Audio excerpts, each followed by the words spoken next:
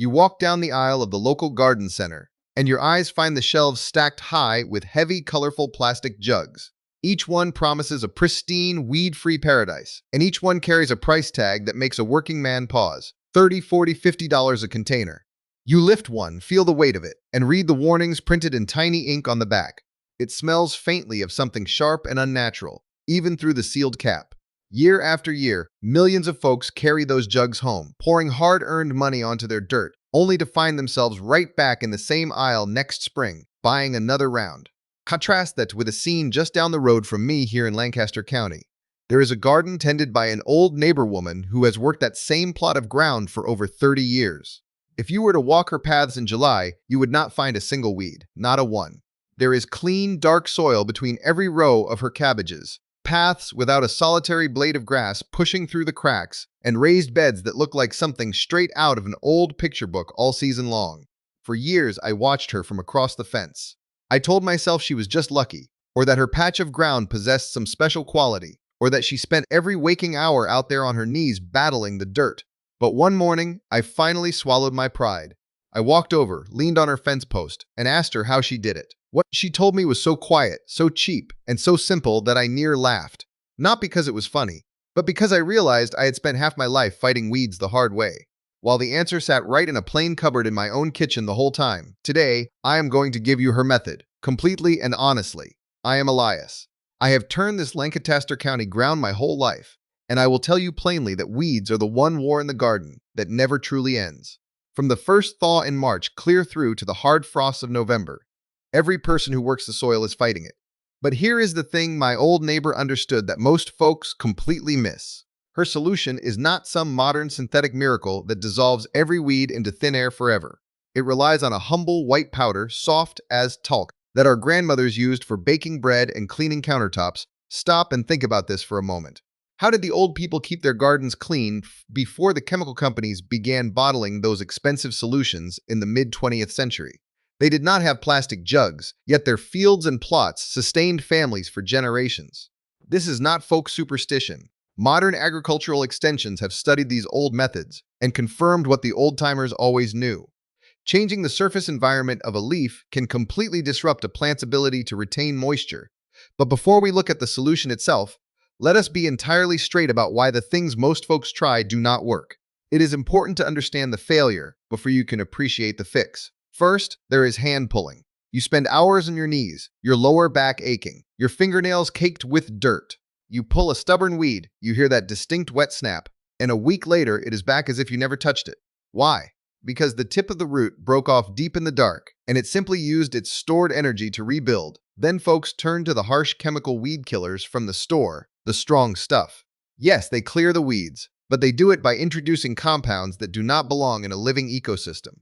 I do not care to use them, because I know that healthy soil is not just dead dirt. It is alive with millions of tiny creatures, fungi, and beneficial bacteria that make your vegetables grow in the first place. I have no desire to pour things I cannot pronounce onto ground. I mean to harvest my family's dinner from. So then folks try the common home remedies. They boil water or they use straight vinegar. These methods burn the green tops down, sure enough, but they leave the deep root completely untouched, so the plant returns within days. Or worse, people use salt. They hear that salt clears weeds, so they scatter it generously along their paths. Understand this. Salt is no answer at all. It is surrender. Salt does not break down. It lingers in the earth, poisoning that patch of soil for years. When you use salt, you have not cleared a weed patch. You have created a dead patch where nothing, not even your prized flowers or vegetables, will grow for seasons to come. The white powder my neighbor showed me, ordinary baking soda, is entirely different. It is highly alkaline, whereas most common weeds thrive in a slightly sour, acidic environment. When applied correctly, it draws the moisture right out of the weed's foliage, burning it down safely. And unlike salt, baking soda breaks down relatively quickly in the soil, and normal rainfall washes it through, meaning it leaves no permanent toxic footprint behind when used with a sensible hand. But I must give you an honest limit here, because I will not promise you what this method cannot do. If anyone tells you that a simple splash of baking soda water will permanently destroy a mature bindweed root or a deep dandelion taproot in one single application, they are fooling you, and I refuse to do that. The reason is simple enough. A mature perennial weed stores its strength deep underground, like a man with a winter's supply of food laid down in his cellar. When you burn off the green top, you have taken away its sun catchers, but it still has all that stored energy below. It will send up fresh shoots from its reserves. To conquer those stubborn, deep-rooted plants, you must be patient. You have to hit the new growth again the following week, and perhaps the week after that. Each time the plant is forced to rebuild its leaves from its underground cellar, it spends down its stored strength. By the third week, you have bled the root completely dry of its reserves, and it finally gives up and dies. For the young annual weeds and the grass in your walkways, it is a quick and complete clearance. For the old perennials, it is a patient game of starvation. Now, my neighbor's secret relies on a very specific 3-part liquid mixture to make this humble powder effective on the leaf, along with a secondary, vital practice that stops new seeds from ever waking up in the first place. The mixture costs pennies to make, and it changes the way the liquid behaves when it touches a plant. Let me show you exactly how she prepares it, the specific kitchen ingredients she adds to the water to make it stick, and precisely how to apply it so you do not accidentally harm your own garden crops. You take a clean, empty 1-gallon bucket or a standard garden sprayer and set it on your outdoor workbench. To make this old remedy work, you do not just throw things together haphazardly. You must understand how each piece of the puzzle fits. First, you pour in 1 gallon of warm, clean water, not boiling hot, as that can damage the seals of a plastic sprayer or cause the other ingredients to react too quickly, but warm enough to the touch that it will easily dissolve a solid powder. Next, you take plain, ordinary baking soda from that familiar orange box in your pantry. You measure out exactly 1 cup of the powder and tip it into the water. If you look closely as you stir, you will see the water turn cloudy, then clear up as the crystals completely dissolve. This is your foundation. The water must be completely clear of undissolved grains, or it will clog the fine nozzle of your spray bottle later on. Now, if you were to spray this plain soda water onto a weed right now, it would do very little. If you look at a weed leaf under the morning sun, say, the broad leaf of a plantain or the slick blade of crabgrass, you will notice it has a distinct slight sheen to it. Nature provides plants with a microscopic waxy skin called a cuticle. It is there to protect the plant from drying out, and it acts just like a freshly waxed car. A drop of plain water hits that leaf, beads up into a perfect little ball, and rolls straight off onto the dirt without ever truly touching the plant's cells to break past that natural shield. My neighbor adds 2 more everyday items to the bucket. First, she pours in 2 tablespoons of ordinary, white household vinegar. You will hear a brief, gentle hiss as the acid of the vinegar meets the alkaline soda, but in this small amount, it does not neutralize the mixture. Instead, that mild acid helps strip away the waxy coating on the leaf, opening the door for the baking soda to do its work. Right after the vinegar, you add 1 single tablespoon of plain, liquid dish soap, the basic kind you use at the kitchen sink, without any fancy bleaches or heavy perfumes. You stir the bucket slowly and gently now, because you do not want to whip up a mountain of thick foam. You just want to blend the soap into the liquid stop and think about what that soap is actually doing. In the world of science, they call soap a surfactant, but you can think of it simply as a coupler. It breaks the surface tension of the water.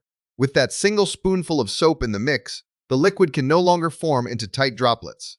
When you spray it onto a leaf, instead of rolling off, it spreads out instantly into a flat, wet, clinging film that coats every single square millimeter of the weed. It holds the alkaline baking soda tight against the leaf tissue, ensuring it stays right there to do its job. Always mix this fresh right before you walk out into the garden, because if it sits around in a shed for days, the mixture settles and loses its punch. Now that the spray is ready, you must choose your moment wisely, because timing is everything with traditional methods. If you walk out at noon on a scorching July day and spray your paths, the blazing sun will dry the liquid into a useless white crust in less than 15 minutes, before the plant can even absorb it. Instead, you wait for the late afternoon or early evening, just as the sun is dipping below the tree line and the heavy heat of the day begins to lift. You want the weeds to be completely dry, no morning dew, and no rain in the forecast for at least 24 hours. When you spray in the cool of the evening, the liquid stays wet on the leaf all through the night, giving the baking soda hours and hours to slowly sink into the plant's tissue and draw the moisture out of its cells. By the time you walk out with your morning coffee the next day, you will see those vibrant green weeds have turned a dark, limp charcoal color, completely collapsed. But remember the rule of the honest limit. This mixture does not know the difference between a dandelion and your prized heirloom tomato. It is non-selective. It will scorch any green living thing it touches. Because of this, you must never stand back and spray it widely across an entire garden bed. You use it precisely.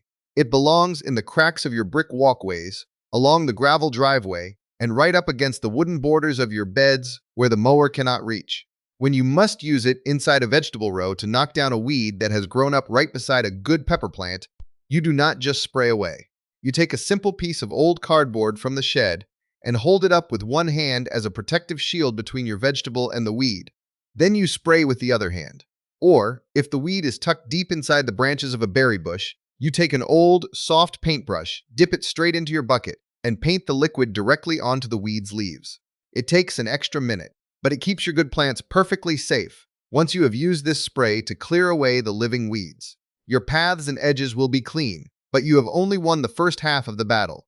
Understand this fundamental truth of the earth: bare soil is an open wound, and nature will always try to heal it with a weed. Every single square foot of your garden soil contains thousands of dormant weed seeds, dropped by birds, blown by the wind, or turned up from deep underground when you tilled the earth in spring.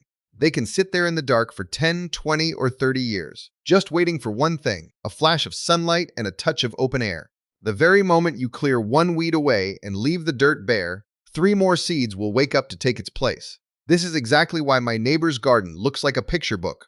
While other folks spend their entire summer losing the war, she never leaves her soil bare.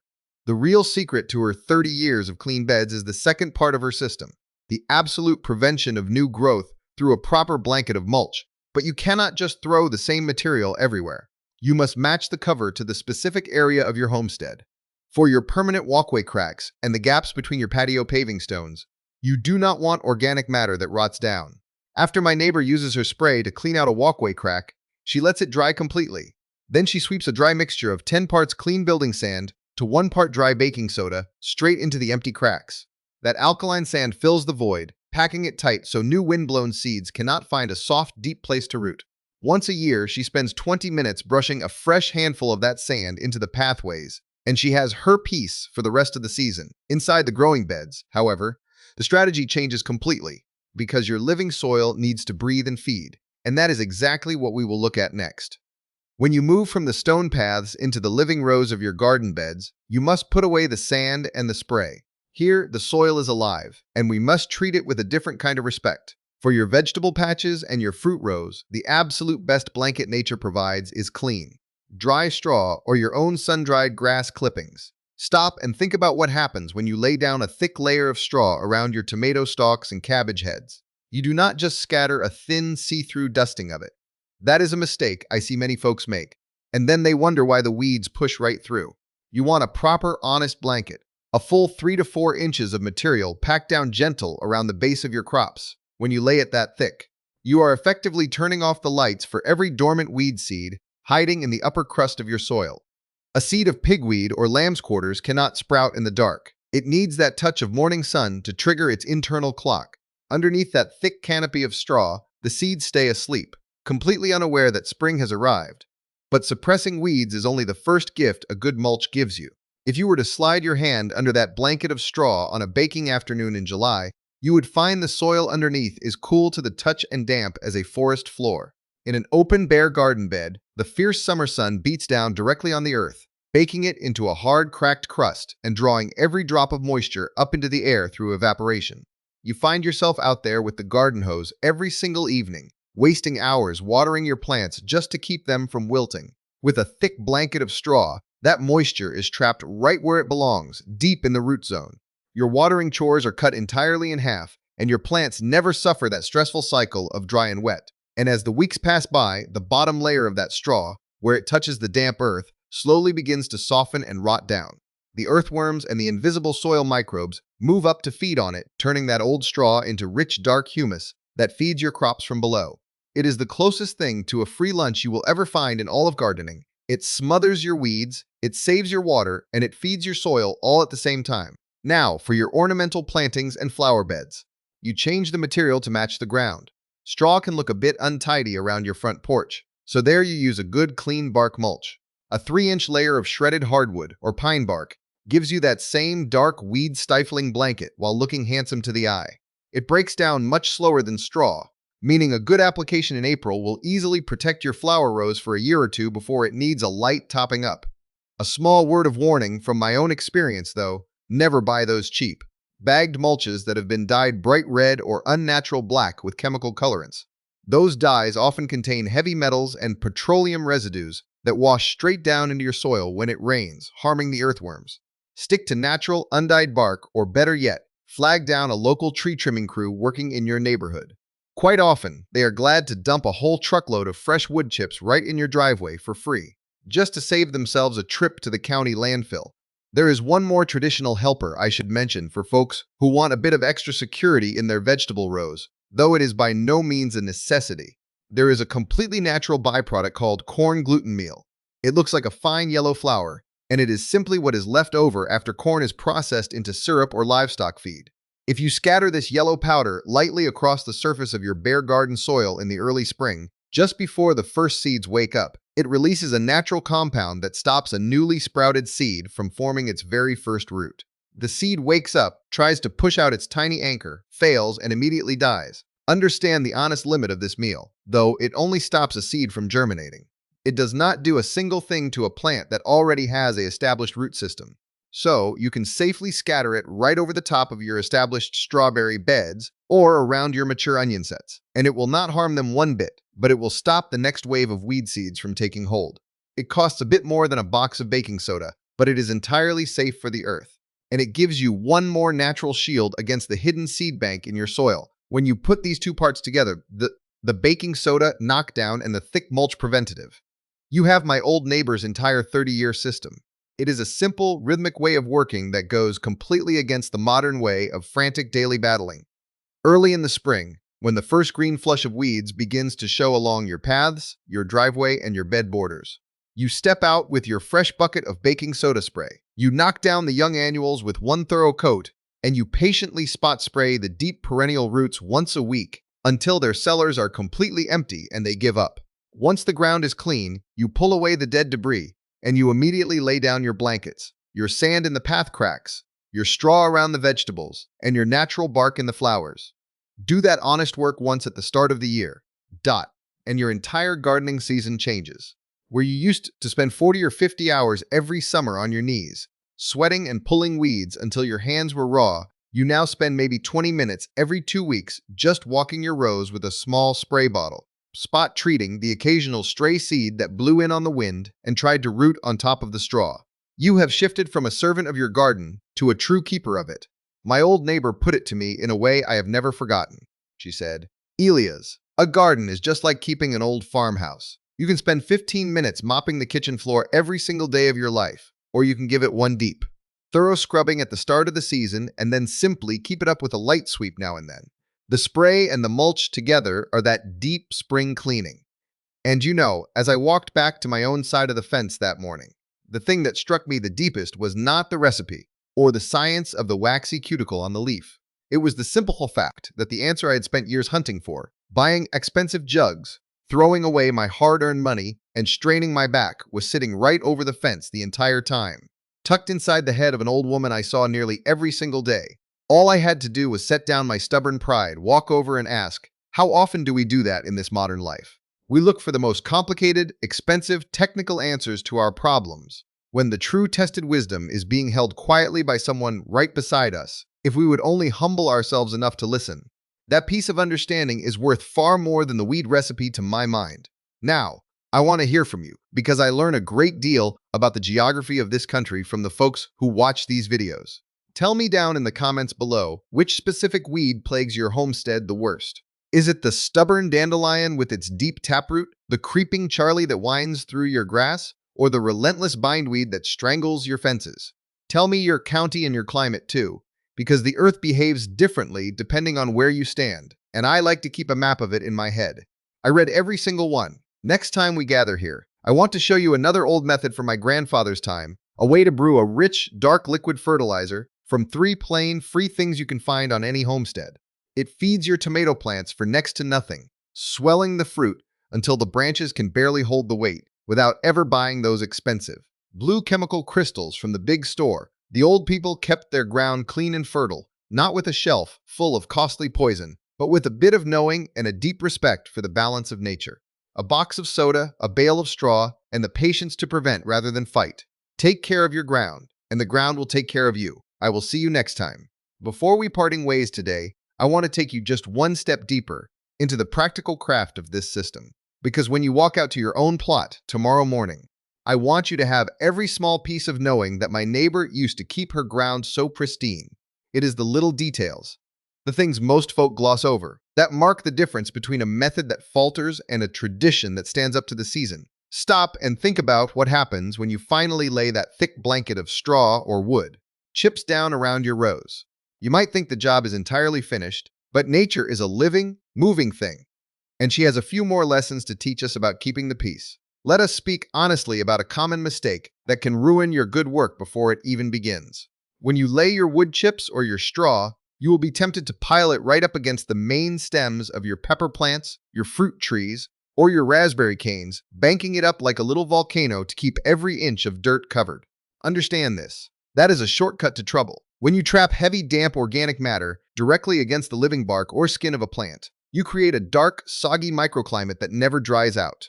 It invites the very things you want to avoid: fungal rots, stem cankers, and small field mice who love nothing more than to nestle deep in that warm mulch during the autumn and chew right through the tender bark of your fruit bushes. My neighbor always kept what she called the 2-inch ring. You lay your blanket thick over the bare dirt, but you leave a clear 2-inch circle of open space right around the base of every single stem. That lets the crown of the plant breathe, keeps the bark dry, and still smothers 99% of the weed seeds in the row. Now, let us look at the edges, because that is where the real war is won or lost. You can have the cleanest beds in the county, but if the wild grass and the creeping weeds of your lawn are allowed to march right up to the border, they will eventually find a way over or under your mulch. To stop that creeping invasion, without spending a dime on plastic landscaping borders that crack and shatter after one hard winter, you use the old-timers method, the spade-cut edge. Once in the early spring, and perhaps once more in August, you take a sharp, flat-bladed garden spade and cut a clean vertical trench 3 inches deep right along the boundary where your lawn meets your mulched bed. You pull that cut dirt away, creating a tiny V-shaped ditch. Think about the simple mechanics of it. When a running weed like creeping Charlie or Bermuda grass tries to send its underground runners into your clean bed, it hits that open ditch and finds nothing but air. It cannot bridge the gap. It is a completely free, natural barrier that keeps your lines sharp as a knife and your mulch neatly contained. There is another detail regarding our baking soda spray that I must give you honestly, so you are never caught off guard. Because baking soda is a sodium compound, if you use it heavily and repeatedly in the exact same spot year after year inside a growing bed, that sodium can slowly build up and begin to tighten the soil structure, making it hard for water to penetrate. That is why I told you it belongs primarily on your stone paths, your gravel driveways, and your permanent edges. If you must spot spray a weed inside your active vegetable rows, you do it sparingly, and you follow up a few weeks later by adding a handful of old, well-rotted compost to that exact spot. The rich organic matter in good compost acts like a buffer, breaking down the sodium minerals and restoring the natural balance of the soil life. It is all about maintaining that equilibrium. You use the sharp tool to clear the problem, but you always follow it with a gentle hand to feed the ground. You see, the modern way of thinking teaches us to look at the homestead as a factory. If something goes wrong, you buy a synthetic chemical to kill it, and if the soil grows weak, you buy a synthetic powder to boost it. It keeps a man running on a wheel, spending his money and his labor to prop up a system that is out of balance. The old people looked at a garden not as a factory, but as a forest floor. They looked at how nature keeps her own ground clean. Go walk deep into the Lancaster woods this afternoon. You will not find rows of weeds, and you will not find bare, baking dirt. You will find a thick, rich blanket of old leaves and fallen twigs, protecting the damp earth below and feeding the future. My neighbor was simply mimicking that ancient wisdom inside her garden gate. When you begin to work with the earth instead of fighting against it, the heavy burden of gardening slips right off your shoulders. You stop viewing your plot as a battleground and start viewing it as a sanctuary. You find yourself spending your evening hours not frantically pulling at roots with a sore back, but simply walking the rows, checking the morning progress of your blossoms, and enjoying the quiet peace of a clean homestead. That is the true inheritance of these forgotten methods. They give you back your time, they save your hard-earned money, and they leave the ground healthier than you found it. I want to thank you for sitting with me today on this old porch and listening to these stories of the ground. Keep your tools sharp, keep your dirt covered, and remember that the simplest answer is often the one that has stood the test of 30 summers right across the fence. We will talk again soon. let us take the final step in our journey together by talking about how to handle the changing of the seasons using this two-part system. A garden is not a static thing that you tend in summer and forget in winter. It is a continuous circle. What you do in the crisp days of October determines exactly how many weeds you will be forced to fight when the spring sun coaxes the earth back to life in April. Stop and think about what most folks do when the final autumn frost hits and the tomato vines turn black and limp. They rip the old plants out, pull up their stakes, and leave the garden beds completely bare to the winter elements. They think they are tidying up, but understand this. Leaving your soil naked over the winter is an open invitation for nature to sow her autumn crop. There is a whole class of weeds known as winter annuals, things like chickweed, henbit, and horseweed. Their seeds do not sprout in the hot sun of July. They wait until the soil cools down in September and October.